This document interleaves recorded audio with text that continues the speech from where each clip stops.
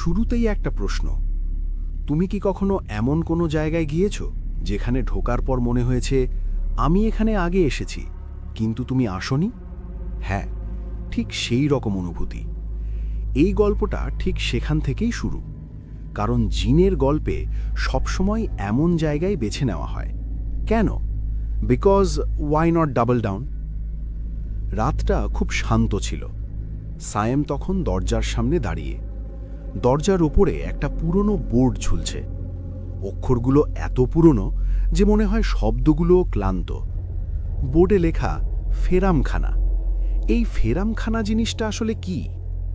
শোনো শোনা লেখা, এটা কোনো জায়গা না, এটা একটা অবস্থা, যেখানে মানুষ ঢোকে নিজের ইচ্ছায়, কিন্তু বের হয় অন্য কারো অনুমতিতে। সায়েম অবশ্য এসব জানত না।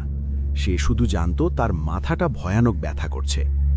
গত কয়েকদিন ধরে ঘুম ঠিক হয়নি, আর যখন ঘুম হয় স্বপ্নে কেউ একটা দরজা দেখায়।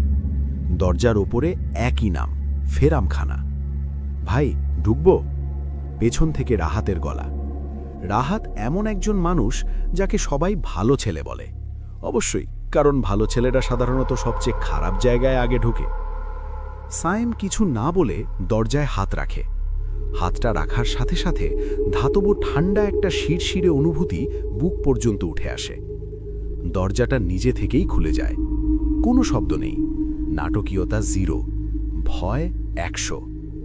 ভেতরে ঢুকতেই একটা গন্ধ, পুরনো লোহা আর ভেজা কাগজের গন্ধ, যেন কেউ স্মৃতি পচিয়ে রেখেছে। রিসেপশনে বসে আছে একজন লোক। নাম জানতে চাইলে বলল মাট্টি। হ্যাঁ, সিরিয়াসলি, মাট্টি। লোকটা দেখতে, ধরো কাউকে যদি হ্যান্ডসাম বলা হয়, কিন্তু বাস্তবে সে দেখতে আধা পোড়া আলুর মতো, ঠিক সেরকম। চোখ দুটো অদ্ভুত, খুব মনোযোগ দিয়ে তাকায়, কিন্তু কখনো পলক ফেলে না। রুম?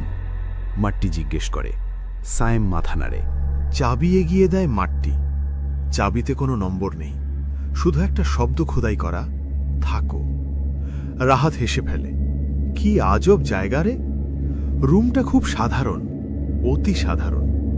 বিছানায় বসতেই সায়েমের মাথার ভেতর হালকা গুঞ্জন শুরু হয়। কেউ যেন খুব দূর থেকে তার নাম ডাকে, বারবার, একই সুরে। রাহাত আয়নার সামনে দাঁড়িয়ে বলে, ভাই, আমার চেহারা একটু আলাদা লাগছে না? সায়েম তাকিয়ে দেখে। লাইট বন্ধ কর, সায়েম বলে। লাইট বন্ধ হতেই অন্ধকার নামে, কিন্তু পুরো না।